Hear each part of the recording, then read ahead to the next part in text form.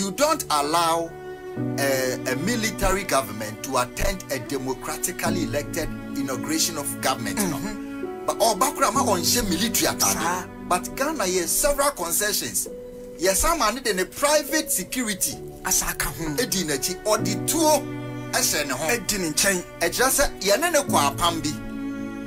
The Amania a Yikra or the Obosu and Sanama Banzova. Me Shemuno Sahel fund the statement about. This is Mati Alliance of the Sahel, Mali, Niger, Burkina, Omomi and Sano. Now, almost a sense of Obedia Kunyane so 2022. When himself call my Pia so a Western powers in the bit national. Ama a Kunyania Jeffinism. Nti on call on my Pia so outside of the Sahel. Listen to that. In Africa. Ghana, then the first time in 3 years since Obedia Kunyano. Obekwa no oko Mali, and any fee. No oko Niger. South Africa on call country biaso because see a bit match no. But was so much Ghana for us say Yama Yanchi no na ya really secret yaba. Enti minim de Mahama kache omode.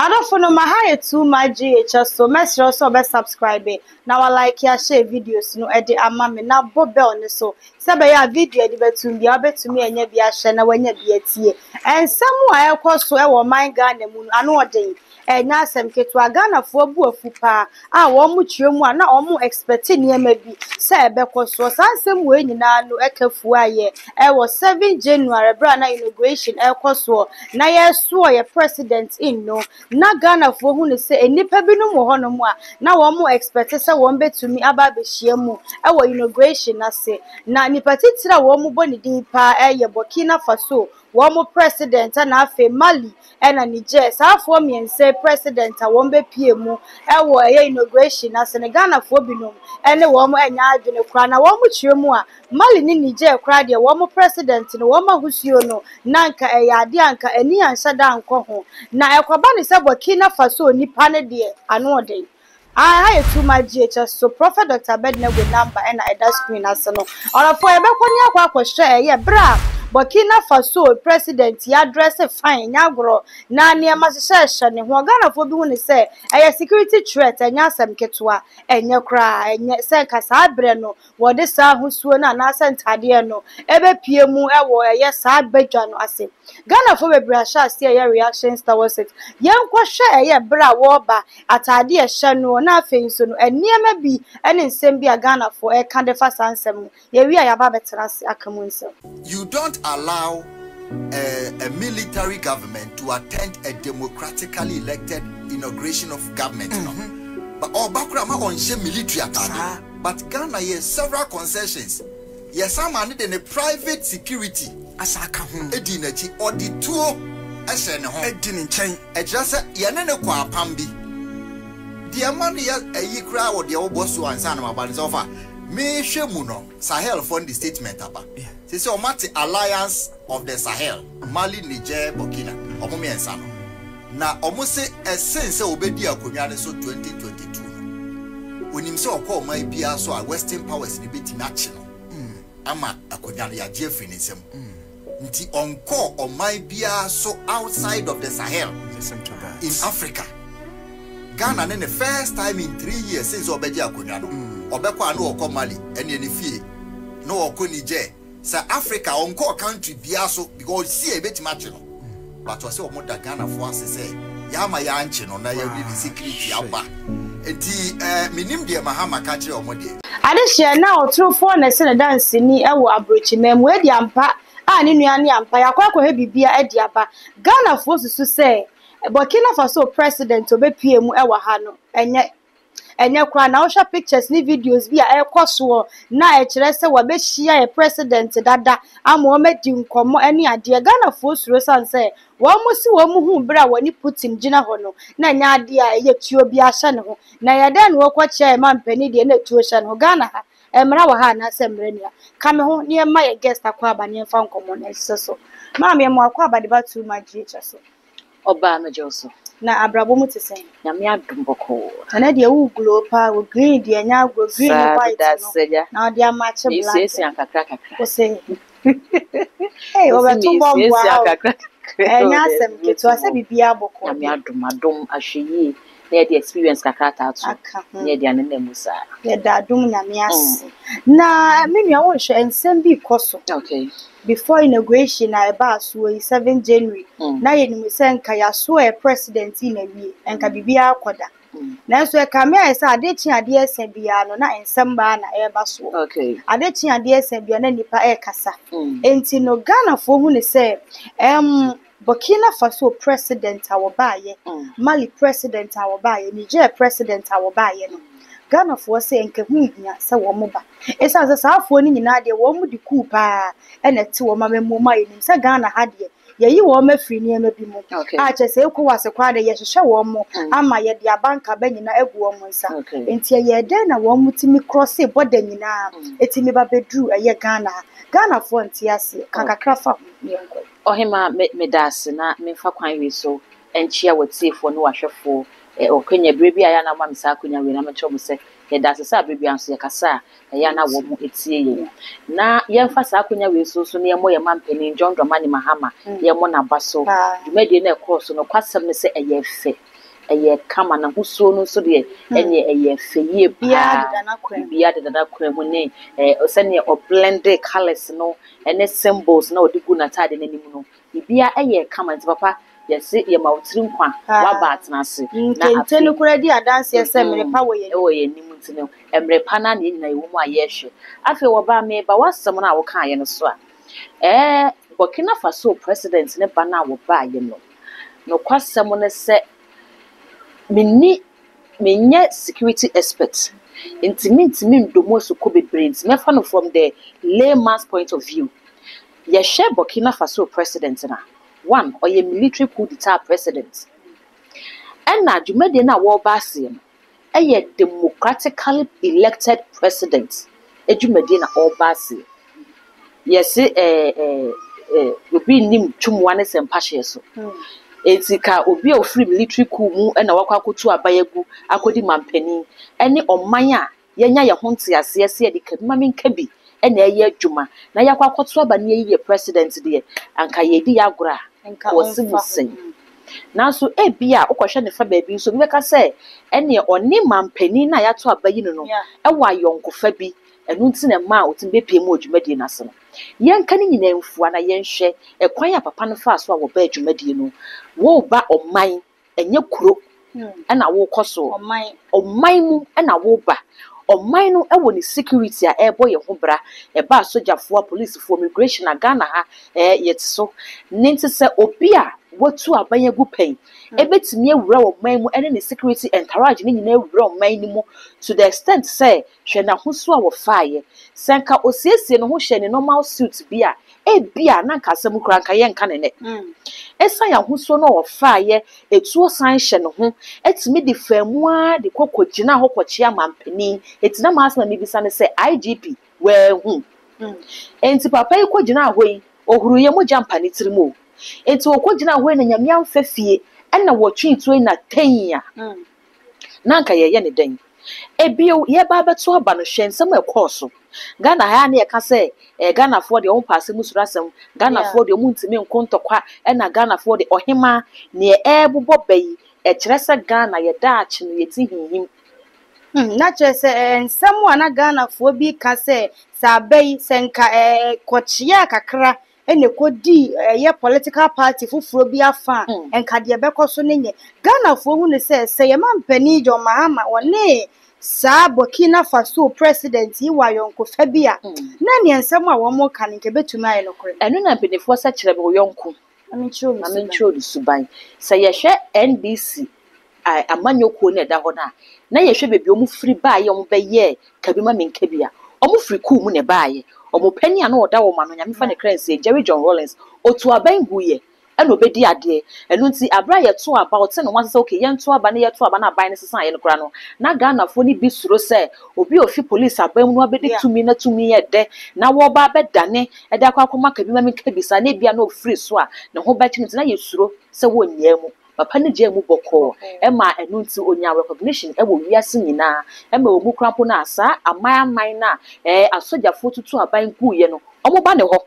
abra no wote ase no ene ne bekasa ebechia no ebeje obese experience any impartation dey different no baby wiase aduru no ye hia ku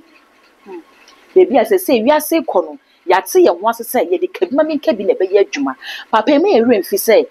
esan se otu aban ne gu ye nti ECOWAS kra e de sanction ato ne so ECOWAS ehwehwe no enti senka enye dwumadie bi asese no kɔɔye enu nti na 3 years ni a otu aban gu yobedi ade no when the first time I want to quite feel the chrome I've got African country be a she ECOWAS as because so we see African country be a bit me ache no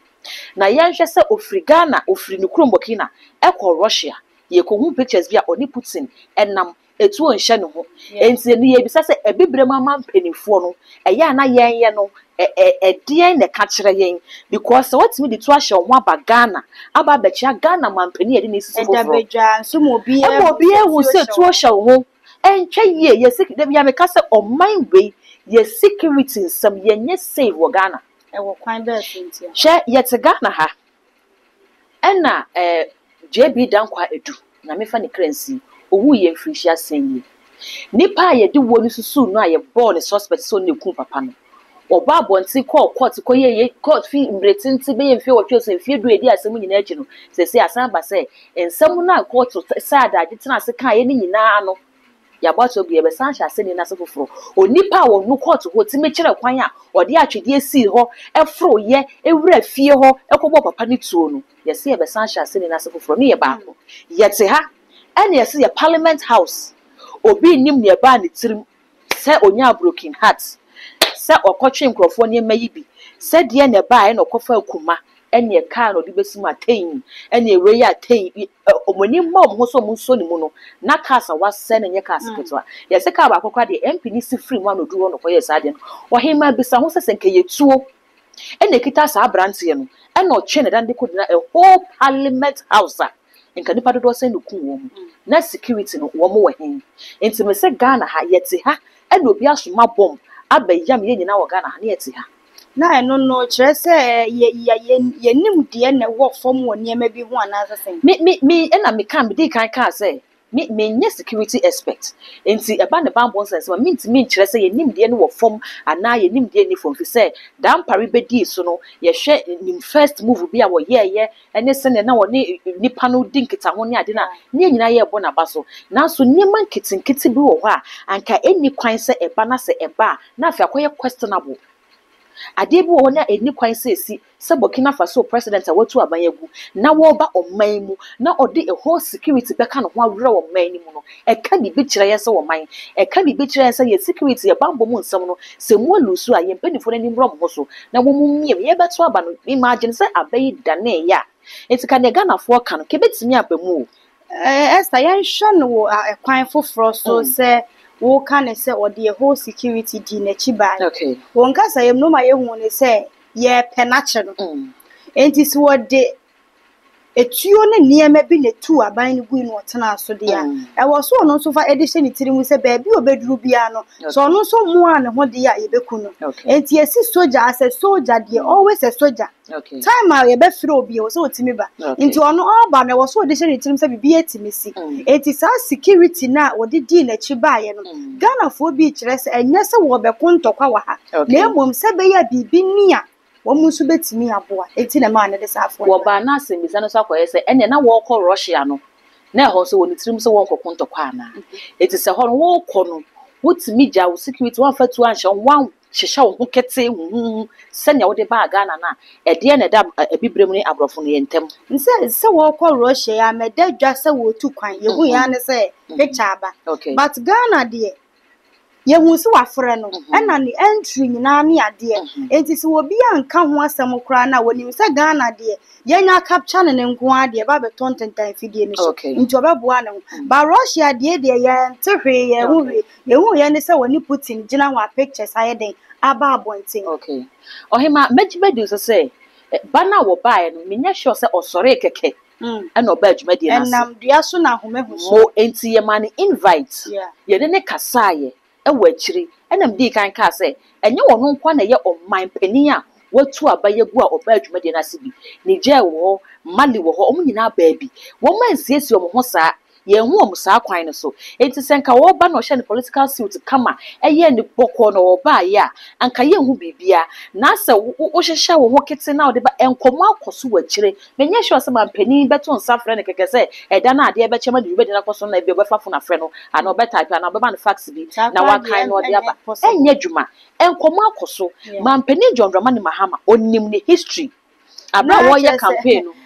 anti de wo kire nyina ne se ye mampani John Dramani Mahama ene ka se on shatade we famra na menka ne sa ohima menka se mampani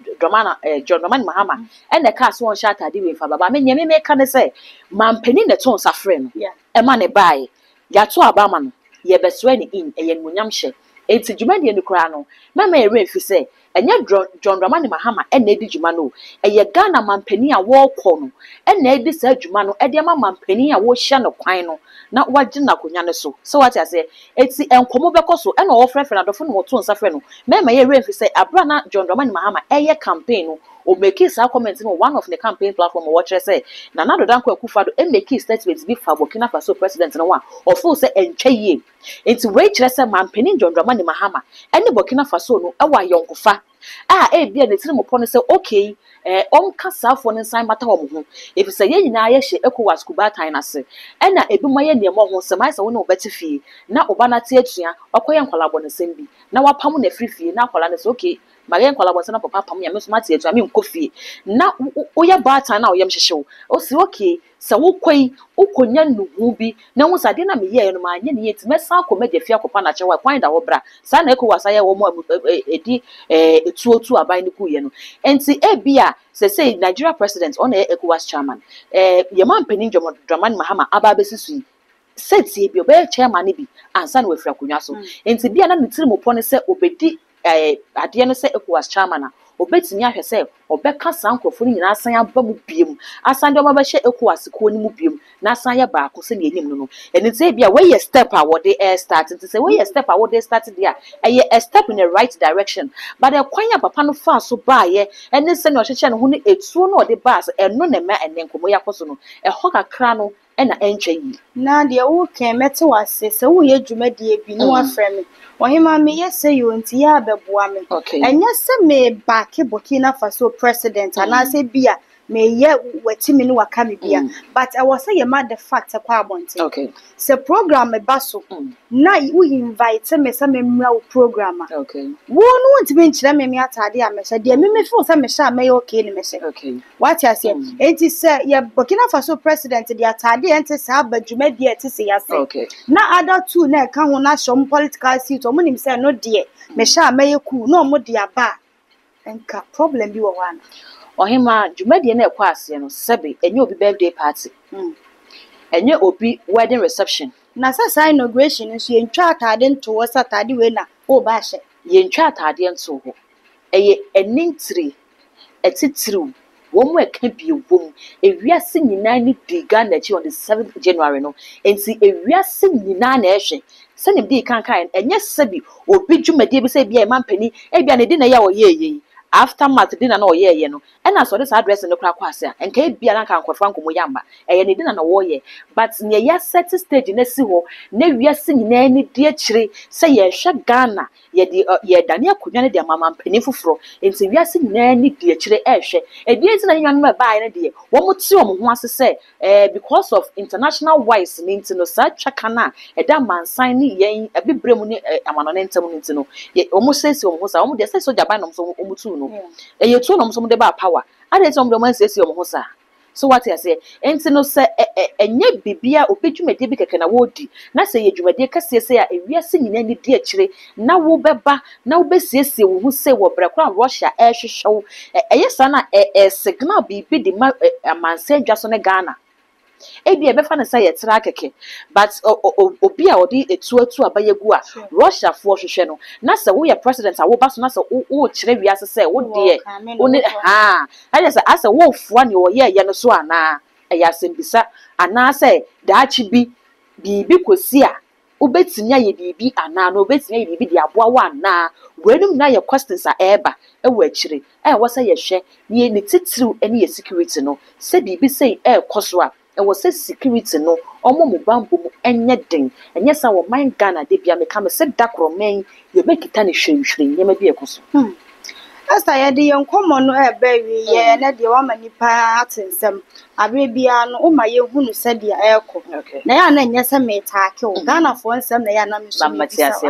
nti we de ye de sie no e de na obeka kire Ghana fo so o makometo o mo yam so o mo nyɛ den ma o mo nte de sese eko yo ma me ye de nsem ni sira me bo me nsem na atofa no mesan ya ma ye mampani John Dramani Mahama kwa abadiem na ya kire ne se ye hwe kwan enyema bi a ekoso a ye tete no ye mpese ye bagye di ni titiriw ene ye kanea no wo mo kire se kanea no MPP fo abebo ka gu ho wo ba ro se ka wo ho no wo ba yi anka me sure so beba no otimu bi etisi otimu na no hoto na me sure se nko besa besa o besa ne president otimu no hu se ne honto no na tese ne wote so no onye ni ye se nka oba no beka so na kufu ado ekọ no kanea no eyefu wato yo bi egu anu kaka be nwoma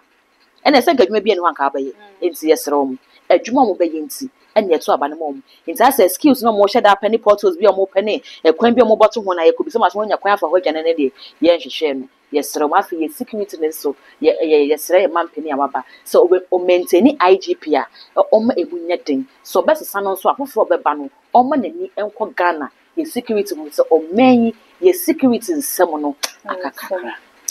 Adehye se akakakra dia na aha ene yedi ni nyina no esie too much so na obete sa ensem we nyina bi e wo Prophet Abednego number no so era so da screen ase a mesre o se frɛ no na de ekoso fa efie nsensem a wonte ase no ma wanu bi na wonsu wontimi enya fi papa ntenam na ne ma nkoboko emfa emma mo dwaso hema aha na mede wo esi ye bese ehia